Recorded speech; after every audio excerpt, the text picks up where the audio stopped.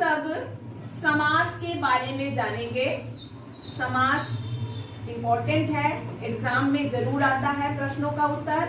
आप पूरी जितनी अंत तक हमारा ये वीडियो जरूर देखो, तभी समझ में आएगा। तो ये है समास। समास का परिभाषा होता है दो या दो से अधिक पदों को, नए पदों की बनाने की प्रक्रिया को समास कहते हैं। अगर उसको संक्षिप्त में लिखना ही समास है। अगर एक वाक्य होता है जैसे बड़ा वाक्य, उसको छोटा करके लिखना, संक्षिप्त में लिखना ही समास कहलाता है। जैसे अगर हम लोग बोलेंगे कि एक रसोई के लिए घर, अब ये रसोई के लिए घर, अब ये बड़ा हो रहा है ना, उसको हम छोटा करके कहेंगे रसोई घर। अगर कहेंगे माता और पिता, माता पिता, संक्षेप में लिखना ही समास कहलाता है। तो समास के देखो यहाँ पे हमने भेद लिखा है। अव्ययी समास पहला होता है अव्ययी।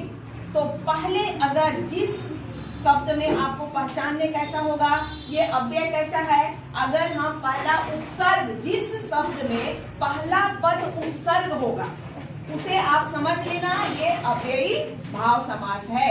जैसे अगर हम कहेंगे प्रत्येक, प्रत्येक एक शब्द है। अब प्रत्येक में पहला क्या है, उपसर्ग है। प्रत्येक, प्रतिदिन, हर दिन, प्रत्येक। तो इस तरह प्रत्येक जब आएगा, यथाशक्ति, अगर हम कहेंगे यथाशक्ति, तो ये आप समझ लेना कि क्या है, अव्ययी भाव समास है। दूसरा है तत्पुरुष समास। अब तत्पुरुष समास में क्या होता है, जितने भी कारक चिन्ह होते हैं, कर्ता ने, कर्म को, करण से, अधिकरण में, पर, ये जितने भी तत्पुरुष समास में आएंगे। अगर कोई शब्द को जो विग्रह करना है समास को, अगर कहेंगे कि ग्रामगत, ग्रामगत, तो गांव को गया, जिसमें का, के, की, ना, ने, नी, में, पर आता है, वह सभी किसमें आता है, तत्पुरुष समास में। ध्यान में रखना, जिस वाक्यों को विग्रह करते समय बीच में कारक चिन्ह लगाया जाता है और वह कारक कर्म से अधिकरण तक जितने कारक चिन्ह है वह किसमें आएगा, तत्पुरुष समास। अब आता है कर्मधारय।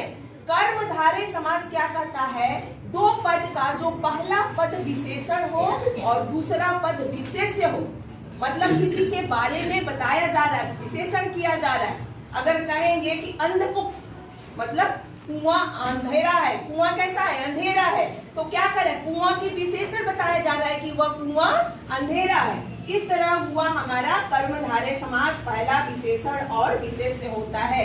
तीसरा है हमारा द्विगु समास। ध्यान में रखना, द्विगु समास में जो पहला पद संख्यावाची आता है, पहला पद संख्यावाची, अगर कहेंगे चौराहा, चार राहों का समूह, अगर कहेंगे सप्ताही, 7 दिनों का समूह, जिन पदों में पहला पद संख्या आएगा उसमें आप जरूर समझ लेना कि ये क्या है, द्विगु समास है। ध्यान में आ रहा है सबको।